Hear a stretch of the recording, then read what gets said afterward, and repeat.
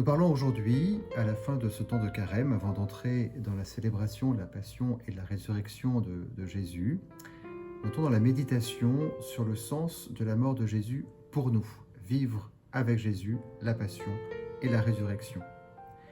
Et la phrase qui m'a été suggérée pour commenter cette période, c'est une phrase tirée de la lettre de saint Paul apôtre aux Romains, au chapitre 6, verset 8. « Si nous sommes passés de la mort par la mort avec le Christ, nous croyons que nous vivrons aussi par lui. » Alors, comment pouvons-nous comprendre cette phrase « si nous sommes passés par la mort avec le Christ » ? Alors, je crois qu'il faut resituer cette phrase dans la lettre aux Romains, dans le développement assez théologique de saint Paul, dans la première partie de cette lettre.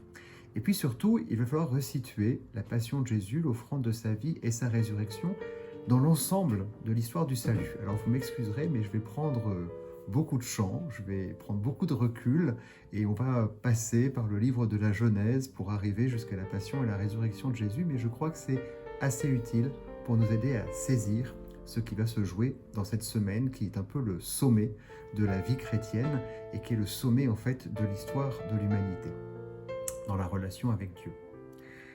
La lettre aux Romains d'abord. Saint Paul propose cette lettre comme une lettre très structurée d'un point de vue théologique. C'est un écrit qui est un peu l'aboutissement de toute la pensée théologique de saint Paul qui s'est déployée dans des précédentes lettres, en particulier dans la lettre adressée aux Galates, qui est une lettre plus courte, très polémique, où saint Paul va répondre à une situation.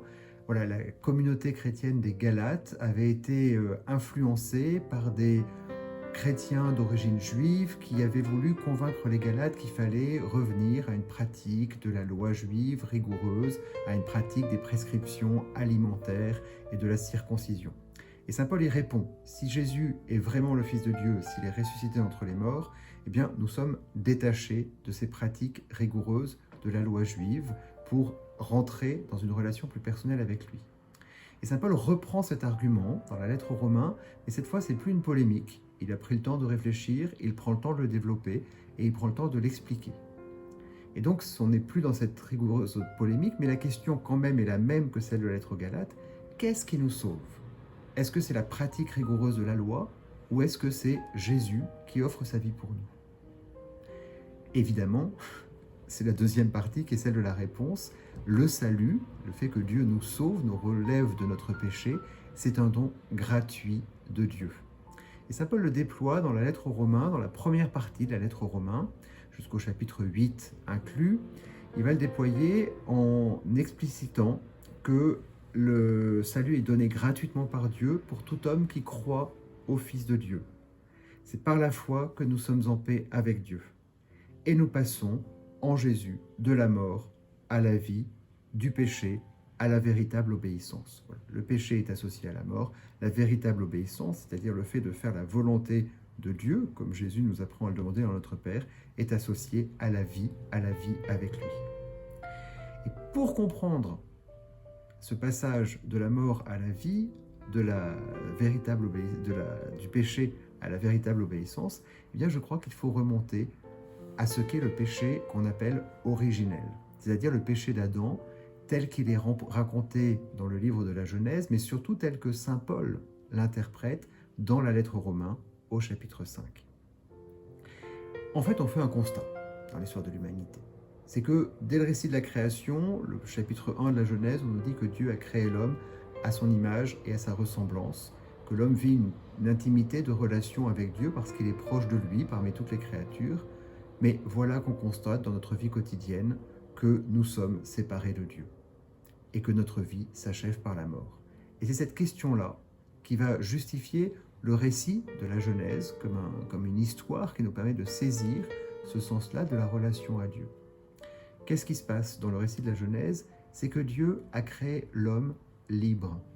Et le signe de cette liberté, c'est qu'il le place dans un jardin où il y a deux arbres, l'arbre de la vie, l'homme peut choisir d'accéder à la vie, ou l'arbre de la connaissance du bien et du mal, que l'homme peut choisir, mais qui va le séparer de Dieu. Pourquoi ? Parce que ça veut dire que l'homme veut se placer en même situation que Dieu. Connaître le bien et le mal, ce n'est pas simplement une vague connaissance comme ça, mais c'est bien vouloir être à l'origine, décider ce qui est bien et qui est mal, ne pas le recevoir de Dieu. On le sait, dans le livre de la Genèse, au chapitre 3, l'homme et la femme choisissent de manger du fruit de l'arbre de la connaissance du bien et du mal. Entre les deux arbres, ils n'ont pas choisi la vie, ils ont choisi de se prendre, de faire comme Dieu. Et cela entraîne une condamnation. C'est une désobéissance à Dieu qui entraîne une condamnation qui est celle de la mort. Alors ce n'est pas simplement une punition, la mort, mais c'est aussi de la part de Dieu une manière de protéger l'homme. Ce qu'on voit à la fin du chapitre 3, Dieu chasse l'homme du jardin de l'Éden, où il l'avait planté, pour qu'il n'accède plus à l'arbre de vie. Pourquoi ? Parce que maintenant que l'homme est séparé de Dieu, Dieu ne veut pas qu'il vive éternellement dans cette situation. Et donc il l'empêche d'avoir accès à la vie. La mort n'est pas simplement une punition, c'est aussi un moyen de nous protéger. De nous protéger en attendant que Dieu lui-même intervienne pour rétablir la relation avec l'humanité, pour pacifier cette relation avec l'humanité. Mais il veut continuer de respecter la liberté de l'homme, et c'est pour cela que ça prend du temps. Ça prend du temps, ça prend toute l'histoire du salut, toutes les générations qui vont se suivre, pendant lesquelles Dieu va sceller des alliances avec l'humanité. Il ne cesse de se rapprocher d'elle. D'abord des alliances un peu générales avec Adam, avec Noé, et puis des alliances plus singulières avec Abraham et sa descendance, avec la promesse d'une descendance, et au sein de la descendance d'Abraham avec Moïse sur le mont Sinaï. Mais ces alliances, à chaque fois, sont rompues par le manque de fidélité de l'homme. Dieu reste fidèle à son alliance, mais l'homme, l'humanité, n'arrive pas à rester fidèle, soit personnellement, par un péché personnel, soit collectivement, c'est le péché du peuple. Et tout l'enjeu pour Dieu, c'est de venir au-devant de nous, de venir pour sceller une alliance avec nous, ce qu'il fait parfaitement, singulièrement, en Jésus, qui est vrai homme et vrai Dieu. En lui, l'humanité et la divinité sont parfaitement associées. Désormais, nous sommes membres du corps du Christ. Nous rentrons pleinement dans cette relation à Dieu. Mais il y a quelques conditions. C'est de croire que Jésus est Fils de Dieu. Et c'est cela qui nous sauve. C'est cette foi, nous dit saint Paul, qui sauve. Ce n'est pas le respect rigoureux de pratiques. Voilà, je peux respecter les pratiques, la loi de Dieu, mais ce n'est pas ça qui va me sauver. C'est le fait de croire que Jésus est le Fils de Dieu. Et Jésus vient assumer en lui-même, en son humanité, les conséquences du péché. Lui qui est le Fils de Dieu, qui n'a pas de péché, en assume les conséquences, et les conséquences, c'est la mort.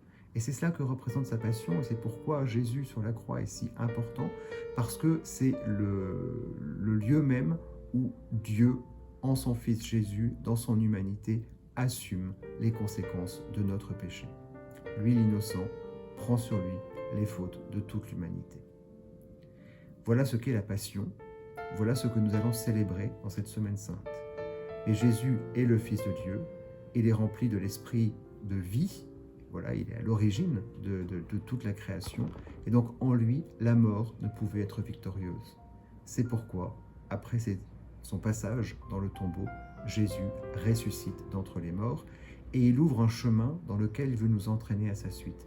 Et il nous fait passer de la mort à la vie comme lui-même est passé de la mort à la vie. C'est intéressant de revenir sur la création et sur l'image des arbres. Voilà. Le péché est marqué par le fait de manger le fruit d'un arbre, c'est-à-dire qu'on assimile quelque chose de la désobéissance à Dieu en nous-mêmes. C'est ce que représente le péché d'Adam comme premier homme qui pêche et qui s'éloigne de Dieu, représentant en lui-même toute l'humanité. Eh bien, Jésus représente aussi toute l'humanité. Il est le nouvel Adam, nous dit saint Paul, et c'est lui qui vient marquer la véritable obéissance à son Père. Et c'est ce qui explique que Jésus exprime à plusieurs reprises dans l'Évangile la nécessité de sa passion. C'est ce qu'il dit aux disciples d'Emmaüs lorsqu'il leur apparaît après sa résurrection. « Ne fallait-il pas que le Christ souffrit cela pour entrer dans sa gloire ?»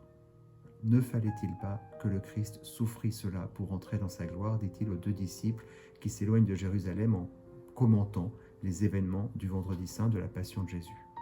Et déjà avant sa passion, dans l'évangile de saint Jean, Jésus avait dit à ses disciples « Maintenant mon âme est bouleversée. Que vais-je dire? Père, sauve-moi de cette heure ?» Mais non, c'est pour cela que je suis parvenu à cette heure-ci. Et ce qu'il désigne par son heure, c'est sa glorification et en même temps sa passion. Voilà, Jésus est bouleversé à l'idée de vivre la passion et en même temps, c'est pour cela que je suis parvenu à cette heure-ci. Jésus assume sa mission en acceptant de vivre sa passion. Donc c'est bien le signe de l'obéissance à son Père qui est manifesté quand nous avions désobéi. Et je revenais sur les arbres, c'est un arbre qui est à l'origine du péché, l'arbre de la connaissance du bien et du mal. On peut considérer qu'en Jésus, la croix devient à nouveau un arbre, cet arbre mort qui est la croix, l'instrument de la mort, eh bien, avec Jésus qui est exposé dessus, devient l'arbre de vie. Et nous en mangeons le fruit. Nous en mangeons le fruit qui est le corps du Christ. Cet arbre de mort devient un arbre de vie. Et c'est bien ce que nous célébrons à chaque fois que nous célébrons la messe, telle que Jésus l'a instituée la veille de sa passion. Il veut que désormais nous ayons accès à la vie divine à travers la vie sacramentelle, le baptême qui nous fait passer par la mort avec Jésus pour avoir part à sa vie, et les sacrements qui vont nous permettre de vivre dans la relation à Dieu, en particulier l'Eucharistie, dans lequel nous communions au corps ressuscité du Christ pour avoir part en plénitude à sa vie. Je reprends la phrase de saint Paul dans la lettre aux Romains, « Si nous sommes passés par la mort avec le Christ, nous croyons que nous vivrons aussi avec lui. » Voilà. Jésus est venu assumer notre condition humaine, il assume jusqu'à la mort. Nous-mêmes, nous passons par la mort du péché, la mort de la désobéissance, la mort de la séparation avec Dieu, pour parvenir à la vie qui est le lieu de la communion, de la relation renouée avec Dieu. Le temps du carême nous a été donné pour vivre dans cette communion avec Dieu. Eh bien, c'est ce que nous voulons recevoir en plénitude, non pas par nos propres efforts, mais de Dieu lui-même qui vient nous donner sa vie en plénitude par la résurrection de son Fils.